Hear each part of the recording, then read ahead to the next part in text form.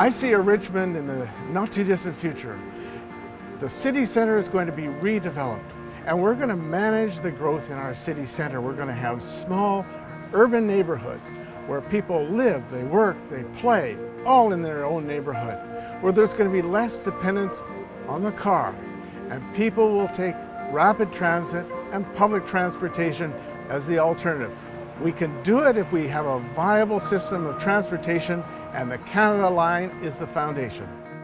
We're developing a city center area plan now. We're taking a look at our entire area of the city center, and we're talking about growth and how do we manage that growth.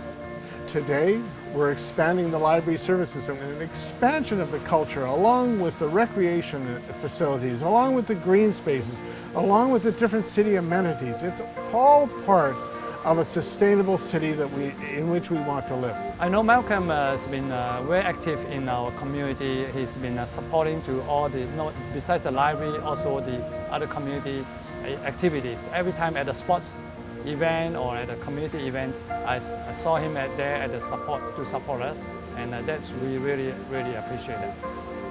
It's the middle of the summer, July of 2007. I'm standing here at the dike of the Middle Arm. Behind me is the Olympic speed skating oval, which we're building, and it'll be open in 2008. This is an artist's depiction of why we are building the oval. It's not about the Olympics in 2010, though that's a key part of it. Why we're interested in the oval is for the uses after the games. That's going to be a center of excellence for sports, recreation, health, and wellness that all our community can use. And you know what? Our grandchildren are going to be able to use it in just that way. This is a great legacy that we leave for the city of Richmond. It's all centered around vision, and Mayor Brodie has the vision. He's not locked into a political machine.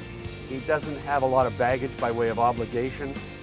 He does what he thinks is best and has that independence to focus on where real value, real need, and real balance is needed, as opposed to trying to toe the party line. He toes his line and the people of Richmond's line, and I think that's the winning combination. Malcolm Brodie brings strength to Richmond that will ensure that my children, my grandchildren, will be proud of this city. As I think about being a senior citizen here in Richmond, there's no place that I'd rather be, because I see an active lifestyle. I see the seniors as an integral part of the Richmond population. We need to have the facilities that are going to support the demands being placed on us by the senior citizens. And we need to expand the programs throughout the city. Seniors now, they want to be moving. They want exercises that are good for their health. Now Malcolm is very supportive of this. I've known him for some time, and he's always been supportive of seniors and what they wish to do. One of the biggest studies that we did in Richmond was the agricultural viability study. After talking about it for decades, we got together and we talked about what do we want to do with agricultural land? How do we want to support it?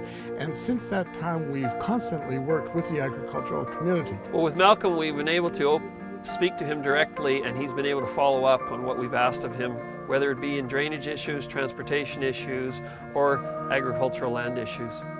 In many communities, you'll find that the police go out and they simply enforce the law.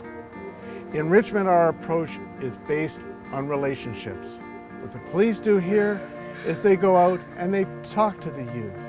They get involved with the seniors. They get involved in programs, so then they mobilize the entire community to support their efforts.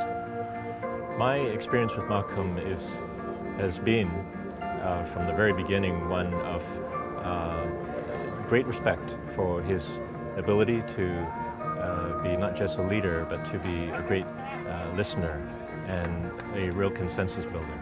Richmond has the most diverse population of any city in Canada.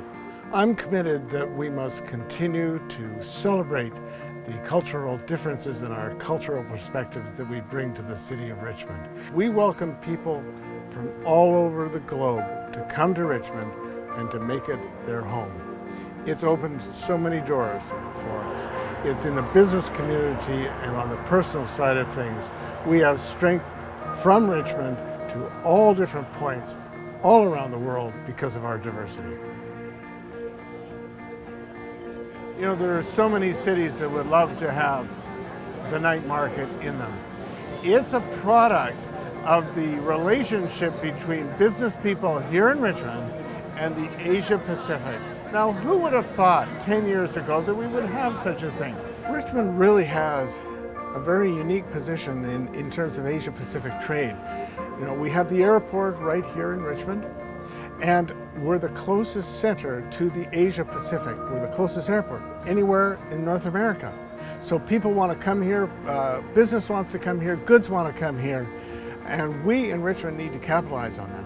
Malcolm has visited China with a lot of business delegations in the past few years. When he attended business meetings or meetings with the government level, he has given a very good impression and a very clear view about business in Richmond, and he's always very encouraging in bringing new businesses to Richmond, and also encouraging Richmond businesses to go to China and invest and expand their businesses.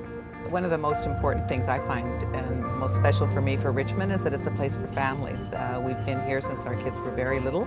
Stephanie was born here, and we're able to have joined in activities. We've joined in sporting events. The moms get together with the kids. We can go to the park. People come into our city and they say that when they cross the bridge, they actually feel a difference in Richmond, that there is a culture where we enjoy each other, we say hi to each other on the street even if we don't know each other. That's how this community has grown. We've grown together and we keep growing and expanding. I think the one thing I'd want people to know is come to Richmond, because it's a fantastic place to raise your families. It's a good place to grow old. It's a good place to do a lot of things, and the people are what make it a fantastic place to be. To this point, we've become a very diverse city. We're very healthy, we're sustainable. I think we've got great amenities, great facilities, and it's a good place for our families and people who want to come here to live and to work. It's a challenge for the future to keep it like that, but I think that we will meet that challenge. In fact, I know we're going to meet that challenge because we're working on it every day, and the future councils will work just as hard as we have done to preserve that legacy for the future.